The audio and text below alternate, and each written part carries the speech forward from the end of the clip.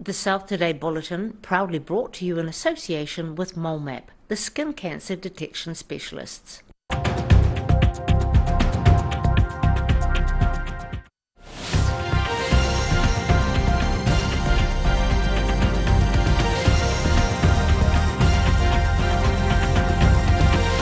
Tonight on the South Today, a Dunedin theatre gets set for a new chapter as the council considers putting the heritage building on the market. Comedian Mike King's mental health campaign inspires construction of a new Hope House in Queenstown. And a Dunedin baker gets ready to go international as the first Kiwi to judge in a prestigious competition.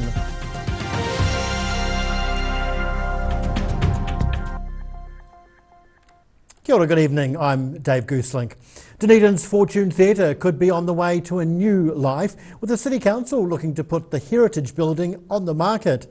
The theatre closed in 2018 and the council says it won't be part of its future live music or theatre plans, but selling the site could potentially save the venue.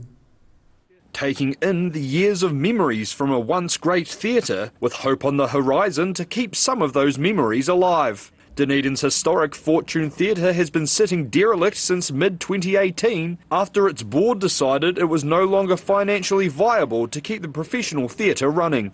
The Dunedin City Council took over ownership, adding the theatre to its strategic assets. It's now confirmed the building is no longer in part of its thinking around a mid-sized theatre or the city's live music action plan. Selling the building is one option for the council, which some former advocates of the Fortune Theatre are welcoming. Well, I think that's good because it's 5 years since it was closed and it's just going to deteriorate unless they do something with it because this building already had issues with. Councillor Carmen Houlihan says when the Fortune closed, it left a huge gap in Dunedin's professional theatre community. However, the Stewart Street building had major issues before its closure, and there's concerns those may have got worse with the theatre being empty for so long. I think whoever buys it will unfortunately have to spend a lot of money, so you've got to be really, really reticent about that. But I think something for the community would be good because it's right in the middle of town and it's a very, very good position. Members of Dunedin's theatre community are worried a sale would likely still leave the city without a good mid-sized venue. The council will make a final decision on the future of the Fortune Theatre building once consultations on the DCC's 10-year plan is completed. In Dunedin, the South Today. A new home under construction in Queenstown is set to help support children with mental health struggles, thanks to inspiration from comedian and campaigner Mike King. The Hope Home is a passion project for Fowler Homes, who are looking to do their bit for charity I Am Hope, following an appeal by King on Gumboot Friday. Laying the foundations of a hopeful future, the charity house being built on the site in Henley's Farm near Jacks Point will be raising money for mental health organisation I Am Hope. Fowler Homes is behind the Queenstown-based project. The Hope Home will have 3 bedrooms and an attached unit, and 100% of the profit from the eventual sale of the property will go straight to the charity. Fowler Homes operate through the country, so we thought we'd do something that's going to assist people everywhere and utilise our position in the market with key suppliers around the country, to do something a bit better. McGurr and wife Jen were inspired by the heartfelt pleas from mental health advocate Mike King. Jason motivated by challenges he saw during his time working as a policeman. My wife and I were in a position at that time with the company to do something a little bit different but special, and thought we could get in touch with them, offer our services, put something together and hopefully get a good outcome for them at the end. The Passion Project's been fully financed by Squill Finance, along with more than 30 suppliers who have donated the majority of the construction materials. They're funding us through the whole project at cost, which is really, really good of them. And we treat it just like another client build. We do this quite often. The team is planning to complete the fully finished home over the next 8 months. The goal is to raise around $600,000 for I Am Hope and the charity's Gumboot Friday initiative, which provides free counselling for kids. In Queenstown, the South Today. Well, a pair of gore sharers are in a race against time as they attempt to break a world record held for almost 15 years. Cousins Megan Whitehead and Hannah McCall are attempting the Women's World 2 Stands 8 hours record for strong wool lambs. And it's a double for Whitehead, who's also going for the solo record. A Hawke's Bay mother and daughter duo set the target, sharing 903 lambs back in 2009. Current record holder Marg Baines believes the Gore pair could break her long-standing achievement, but says she's happy to pass the baton on to the strong, fit and capable women pursuing their dreams. And history is in the baking for one Dunedin man who's hoping to rise to the occasion when he rubs shoulders with some of the world's best. Kevin Gilbert is preparing to take his knowledge overseas after becoming the first Kiwi to judge at a prestigious international competition. A warm batch of croissants, fresh out the oven, as Dunedin baker Kevin Gilbert gets in the mindset to judge the perfect baking. The owner of business Gilbert's Fine Foods will be bringing his expertise to Paris after being chosen as a judge at the Coupe du Monde de la Boulangerie. Gilbert will be the first New Zealander to judge at the Bakery World Cup in France, assessing the 12 top teams, putting in blood, sweat and flour for the top spot. It is the best of the best of the best from around the world that turn up once every 2 years. The competition will be split into 4 challenges, from bread and baguettes and sweet pastries, through to gourmet bread making and artistic pieces. Gilbert's looking forward to seeing what the best bakers from across 5 continents have up their sleeves. When I come back here, I can then start applying and tweaking what we do, applying the tips and techniques that I've learned over there. Gilbert's hoping he'll rise to the occasion as a judge when he watches competitors kneading their way to success at the Baking World Cup in January. In Dunedin, the South Today. Well, residents of one central Otago town will have a new way to cool off this summer as a new multi-million-dollar swimming pool facility is finally set to open in Roxburgh. Roxburgh's newly built Ida McDonald pool will welcome the public to the water this week after more than 16 years of planning and fundraising by local community groups. The $3 million facility includes a 25-metre 4-lane heated pool and a 10-metre learning pool, along with a shallow beach pool for the toddlers. There's also a structure to shelter people from the sun, equipped with 50 kilowatts of solar panels to send power back to the grid. Everyone's welcome to come, and we'll do the official opening, cut the ribbon, get all that official stuff out of the way, and then people will be able to come into the pool and see for themselves this amazing asset that we've created.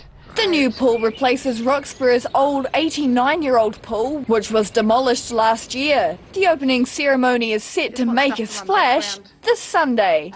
In Roxburgh, the South Today. A Dunedin mother is saying goodbye to baby bottles and hello to minus 10-degree temperatures. Jacqueline Manson's just returned from a Nepalese ultra-marathon running through the highest points on the other side of the globe. Taking an easy jog along the beach after a tough challenge on the other side of the world. Warrington resident Jacqueline Manson is now in recovery mode after competing in the 2023 Everest Trail Race in Nepal just 9 months after having a baby. The grueling 160-kilometre 6-day race saw runners trek through the Himalayas at heights of more than 4,000 metres. Because I just got a new baby, I didn't go any earlier to acclimatise. So yeah, that kind of kicked my butt a wee bit, but that's okay. Yeah, did it a wee bit tougher than I needed to. I got a bit of altitude sickness, I think. Manson's no stranger to running ultra marathons around the world, but says the Himalayan race held new challenges she's never encountered before. If I did it again, which I'm not going to, I would go earlier. Yeah. Get used to because obviously I live here at sea level. Yeah. Don't do any acclimatising and just straight into it. So yeah. But the challenging race hasn't deterred her from future ultramarathons, with more tough races already mapped out over the next 10 years. In Dunedin, the South Today. FI Akine still to come on the South Today. Auckland's loss is Littleton's gain, with Sail GP announcing plans to return to the port town. And we look back to more wintry times as we continue our series of News in Review.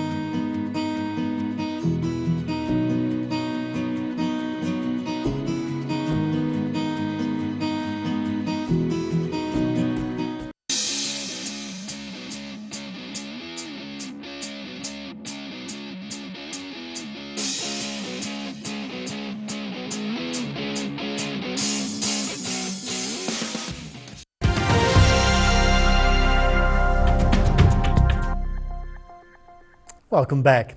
Well, Canterbury's come to Auckland's rescue after the City of Sails was ruled out as a viable location to host next year's Sail GP regatta.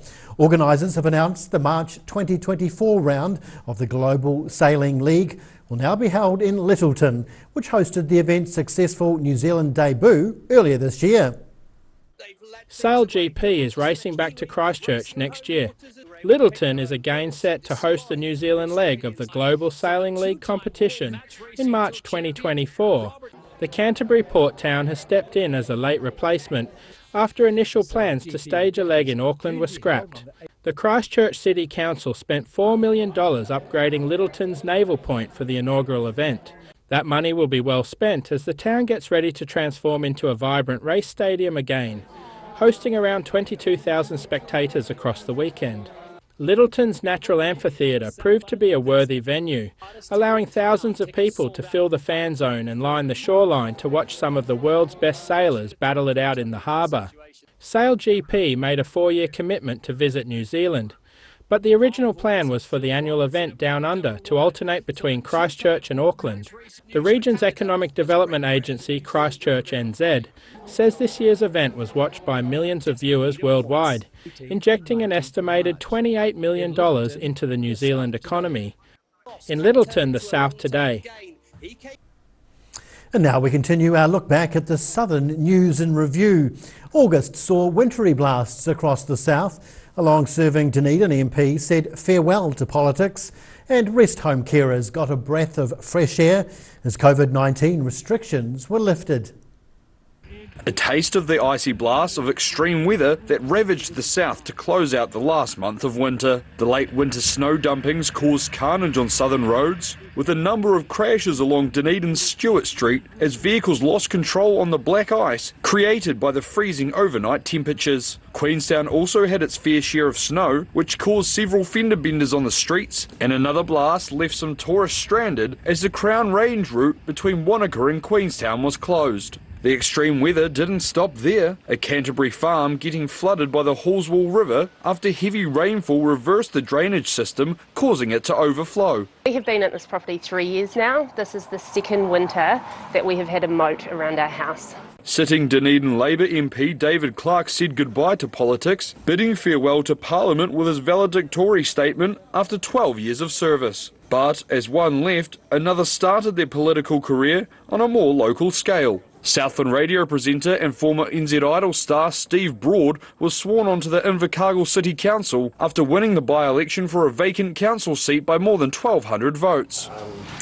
I'm dedicated to this role. I will work hard for all the voices in this city, and thank you for the honour of serving this community. Horns were tooting and families waved along Dunedin streets as the 30th Special Rigs for Special Kids event put smiles on children's faces despite the damp weather. And smiles were also shining in rest homes as carers were finally able to remove their face masks with COVID-19 restrictions lifted after 3 years in place. They cried out in joy really this morning. It was surreal coming through the lounge, and they were cheering and, you know, cheering the staff on for all their hard work really and keeping themselves safe by wearing the mask so long. In central Otago, farming turned fashion as sheep-inspired garments were strutted down the runway for the welcome return of the Wollong Creative Fashion event. But the future of the event's terrace venue is up in the air for next year. With the event continuing to grow in popularity, the capacity of the scenic venue may not be enough for the regional fashion event. Across the South today. And now recapping tonight's top stories on the South Today. The future of Dunedin's historic Fortune Theatre is up in the air, with the City Council considering a possible sale. Construction's underway on a Hope home in Queenstown, which will be sold to support youth mental health charity I Am Hope. And Dunedin baker Kevin Gilbert is preparing to take his kitchen expertise to Paris next month for the Bakery World Cup.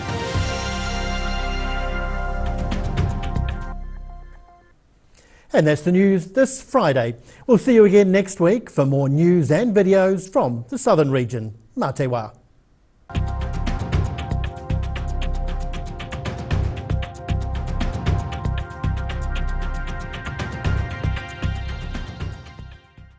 Public interest journalism funded through New Zealand On Air.